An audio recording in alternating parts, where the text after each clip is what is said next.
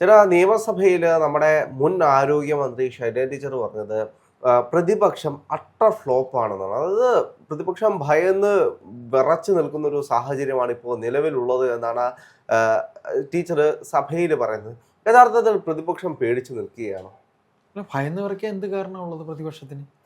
അല്ല, ഭയന്ന് വിറയ്ക്കുന്നത് കൊണ്ടാണ് ഇപ്പോഴത്തെ ആരോഗ്യമന്ത്രിയുടെ വീട്ടിലേക്ക് റീത്ത് വയ്ക്കുന്നതും അത്തരത്തിലുള്ള സമരങ്ങൾ നടത്തുന്നതും ഒക്കെ എന്നാണ് പറയപ്പെടുന്നത്.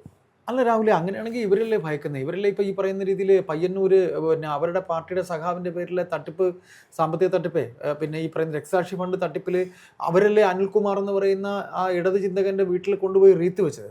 അപ്പോൾ ഇവരല്ലേ ഭയക്കുന്നത്? ഇവരുടെ മുഖ്യമന്ത്രിയല്ലേ ഭയക്കുന്നത്? അല്ലാതെ പ്രതിപക്ഷം എന്തിനു ഭയക്കണം? ആരെ ഭയക്കണം? പ്രതിപക്ഷം അട്ടർ ഫ്ലോപ്പ് ആണെന്നാണ് ശൈലജ ടീച്ചർ പറയുന്നത്. യഥാർത്ഥത്തിൽ പ്രതിപക്ഷം ഒരിക്കലുമല്ല. പ്രതിപക്ഷത്തിന് വേണ്ട വീറും വാശിയൊക്കെ പ്രതിപക്ഷത്തിനുണ്ട്. പ്രതിപക്ഷം എന്ന് പറയുന്നത് ചുമ്മാ കുറ്റം പറയാതിരിക്കുന്നവരല്ല. നല്ലതിനെ നല്ലതെന്ന് തന്നെ അദ്ദേഹം പറഞ്ഞിട്ടുണ്ട്. പ്രതിപക്ഷ നേതാവിനുള്ള ഒരു മെരിറ്റ് എന്ന് പറഞ്ഞാൽ അദ്ദേഹം നല്ലതിനെ നല്ലതെന്ന് പറഞ്ഞിട്ടുണ്ട്. വി ശിവൻകുട്ടി വിദ്യാഭ്യാസ മന്ത്രിയായിരുന്നു കൊണ്ട് കഴിഞ്ഞ യുവജനോത്സവത്തിന് അദ്ദേഹം ചെയ്ത ചില പ്രവർത്തനങ്ങളെ വേദിയിൽ വെച്ച് അദ്ദേഹം അഭിനന്ദിച്ചു. അതൊരു പ്രതിപക്ഷ നേതാവ് ഒരിക്കലും ചെയ്യാത്തൊരു ഭാഷ്യമാണ്. പിന്നെ ഇന്നലെ ഈ പറയുന്ന വീട്ടിൽ റീത്ത് വെച്ചതിനെ പ്രതിപക്ഷ നിരയിലെ നേതാക്കളാരും സാധൂകരിച്ചില്ലല്ലോ. അവിടെ CPM നിരത്തിൽ ഞങ്ങൾ കൈകാര്യം ചെയ്യുന്ന പറഞ്ഞിരിക്കുന്നത് അല്ലേ?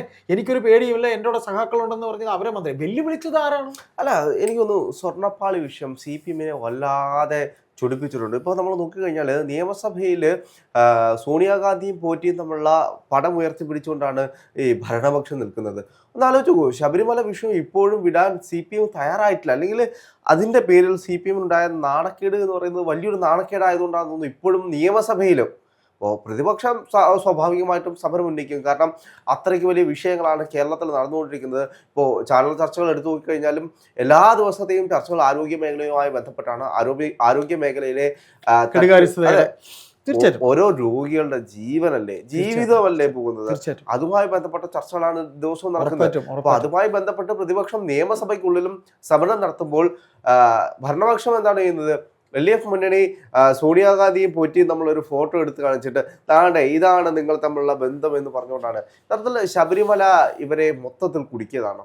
അല്ല, ഇതിനകത്ത് ഉണ്ടായിരിക്കുന്ന ഒരു വിഷയം എന്ന് വെച്ച് കഴിഞ്ഞാൽ ഇവർ വല്ലാതെ ഭയപ്പെടുന്നത് ശബരിമല വിഷയം തന്നെയാണ്. കാര്യം തദ്ദേശ ഇലക്ഷനിൽ ഇവർക്കുണ്ടായിട്ടുള്ള ഇത്രയും വലിയൊരു നഷ്ടമെന്ന് പറയുന്നത് പോറ്റിയെ കേറ്റിയെ സ്വർണ്ണപ്പാളികൾ കൊണ്ടുപോയത് സഖാക്കളാണ്, അയ്യപ്പ എന്ന് പറഞ്ഞൊരു പാട്ടാണ് എന്നുണ്ടെങ്കിൽ അതിനെ സാധൂകരിക്കുന്ന രീതിയിലാണ്. കാര്യം ഇവരുടേതായ ഒരു ഇമേജ് അവർ ബിൽഡപ്പ് ചെയ്ത് വെച്ചിരിക്കുന്നത് എങ്ങനെയാണ്? ഇവരാണ് ഏറ്റവും കൂടുതൽ മാന്യന്മാർ, ഇവരാണ് സമൂഹത്തിലെ ഏറ്റവും മിടുക്കന്മാർ, ഇവർ ചെയ്യുന്ന കാര്യം ഇവർ കക്കില്ല, വെട്ടില്ല, കട്ട് തിന്നില്ല എന്നൊക്കെ ഒരു ഭാഷ്യമായിരുന്നു. ഇപ്പോൾ ഏറ്റവും കൂടുതൽ കട്ടതും വെട്ടിയതും കട്ട് തിന്നതും ഇവരെ സഖാക്കൾ തന്നെയല്ലോ.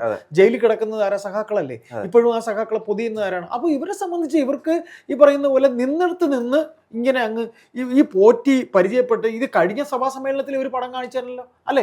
എന്തെങ്കിലും ഇവർക്ക് തെളിയിക്കാൻ പറ്റുമോ? ഇവർ പറയുന്നുണ്ടല്ലോ ഇവരെ മുഖ്യമന്ത്രിക്കെതിരെ നിങ്ങൾ ആരോപണം പറയുന്നു, നിങ്ങൾ തെളിയിക്കൂ എന്ന്. സാർ, എങ്കിൽ ഈ സഭയിൽ നിങ്ങൾ കാണിക്കുന്നവരെല്ലാം നിങ്ങൾ തെളിയിക്കണം സാർ. അവർ ഈ പറയുന്ന രീതിയിൽ പുരാവസ്തു കച്ചവടം നടത്തിയെങ്കിൽ തെളിയിക്കണം. അല്ല, യഥാർത്ഥത്തിൽ CPM പറയുന്ന മറ്റൊരു കാര്യമുണ്ട്. UDF കാലത്തെ കെടുകാര്യസ്ഥത എന്ന് പറഞ്ഞുകൊണ്ട് UDF ഇപ്പോൾ എടുത്തു കാണിക്കാൻ ശ്രമിക്കുന്ന LDF.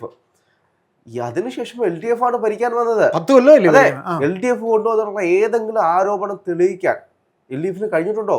ഇവിടെ മുഖ്യമന്ത്രി പിണറായി വിജയനാണ്, ആഭ്യന്തരമന്ത്രി പിണറായി വിജയനാണ്. ആ ഒരു സാഹചര്യത്തിൽ ഒന്ന് ആലോചിച്ച് നോക്കൂ. ഒരു കേസെങ്കിലും തെളിയിക്കാൻ കഴിയുള്ളൂ. സോളാർ പീഡന പരാതി പോലും തെളിയിക്കാൻ കഴിയാതെ മാറി നിൽക്കേണ്ട ഒരു സാഹചര്യത്തിലേക്ക് LDF വന്നു. അതുകൂടാതെ ഏതെങ്കിലും അന്ന് LDF പറഞ്ഞിട്ടുള്ള ഏതെങ്കിലും ഒരു അഴിമതി ആരോപണമോ എന്തെങ്കിലും ഒന്നും തെളിയിക്കാൻ കഴിയാത്തൊരു സാഹചര്യത്തിലാണ് ഇപ്പോൾ നിലവിൽ LDF ഉള്ളത്. അല്ല രാഹുലെ, ഇതിനകത്ത് നമ്മൾ പറയുന്ന ഒരു കാര്യം എന്നറിയോ? ഈ 10 കൊല്ലം മുമ്പ് നടന്ന കാര്യം ഇപ്പം എന്തിനാണ് പറയുന്നത്? കഴിയുന്ന രീതിയിൽ 2 ടേം ഭരിച്ചിരിക്കുന്ന ഇവരല്ലേ. ഇവരുടെ ഇടതുപക്ഷ സർക്കാരിന്റെ പോരായ്മകൾ പറയുമ്പോൾ പണ്ട് ഇരുന്നതും അങ്ങനെ ഇങ്ങനെയൊക്കെ വിളിച്ചു പറഞ്ഞ ബാലിശമാണ്. ഇപ്പോഴും LDF ചെയ്യുന്നത് എന്താണ്? 10 വർഷം മുമ്പോട്ട് UDF എങ്ങനെയാണോ ഭരിച്ചത് അതിനെയാണ് ചോദ്യം ചെയ്തുകൊണ്ടിരിക്കുന്നത്. അല്ല, അത് കഴിഞ്ഞില്ലേ? അത് കഴിഞ്ഞിട്ട് 10 വർഷത്തിന് ശേഷം നിങ്ങൾ ഇവിടെ ഭരിച്ചില്ലേ സാർ? നിങ്ങൾ തേനും പാലും ഒഴുക്കിയെങ്കിൽ ആ തേനും പാലും ഒഴുക്കിയത് വ്യക്തമായിട്ട് പറ. എന്തൊക്കെയാണ് ഇവിടെ നിങ്ങൾ ചെയ്തെന്നുള്ളത് നിങ്ങൾ പറ.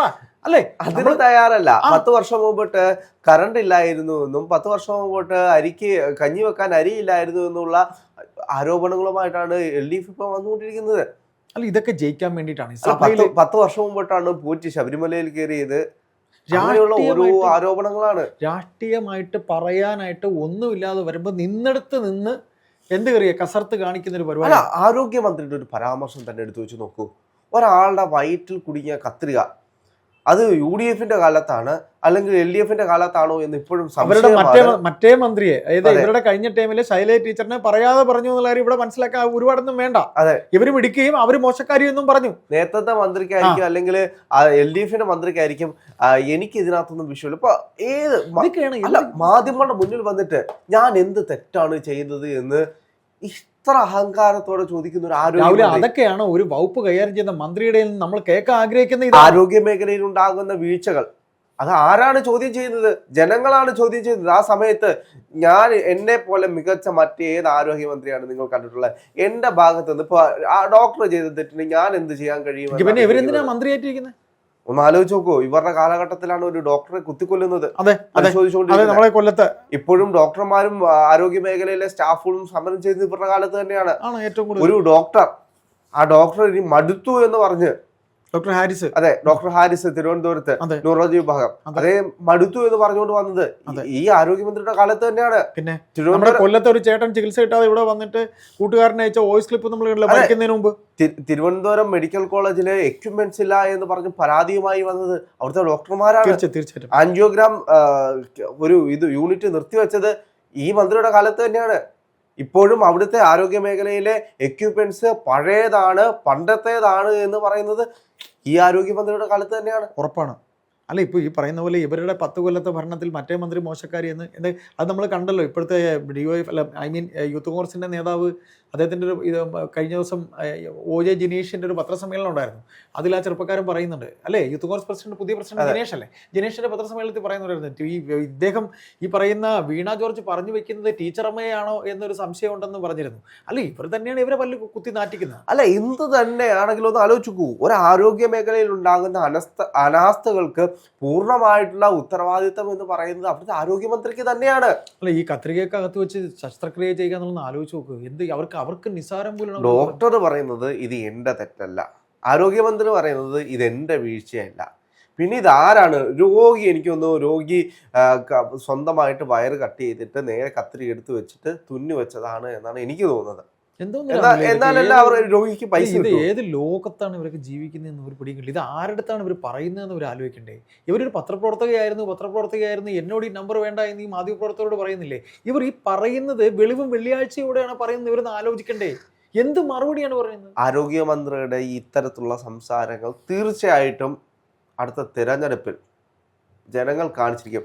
എൻ്റെ ഒരു സംശയം എന്ന് പറയുന്നത്, ആരോഗ്യ മേഖല കൊണ്ടാണോ LDF-നെ പൂട്ടാൻ പോകുന്നത്, അതോ സ്വർണ്ണക്കൊള്ളുണ്ടായിരിക്കും LDF-നെ പൂട്ടാൻ പോകുന്നത്? ഈ ആരോഗ്യ മേഖലയിൽ കെടുകാര്യസ്ഥ തന്നെ ആയിരിക്കും അവരെ ഏറ്റവും കൂടുതൽ ബാധിക്കാൻ പോകുന്നത്. കാര്യം സാധാരണ ആദ്യം നമ്മൾ ജീവിച്ചിരിക്കണം, എന്നാലും നമുക്ക് ഭക്തിയും അല്ലെങ്കിൽ ഭക്തിയുടെ അപ്പുറമൊക്കെ നമുക്ക് കാണിക്കാൻ പറ്റും. എനിക്കും രാഹുലിന് നമുക്ക് എണീറ്റിരിക്കാൻ കഴിഞ്ഞാലല്ലേ നമുക്ക് പോയി ദൈവത്തെ കാണാൻ പറ്റുള്ളൂ. നമുക്ക് ആദ്യം എണീറ്റിരിക്കാൻ കഴിയണം. നമ്മുടെ വയറ്റിൽ കത്രിക വെച്ചിട്ട് നമ്മൾ എത്ര കാലം നടക്കും? നമ്മൾ പനി എന്ന് പറഞ്ഞ് കഴിയുമ്പോൾ നമ്മളെ ഇനി വേറെ വല്ല കൂടിയാസ്വാദനം എന്ന് പറഞ്ഞ് കീറി മുറിച്ച് വിടില്ലെന്ന് ആര് കണ്ട്?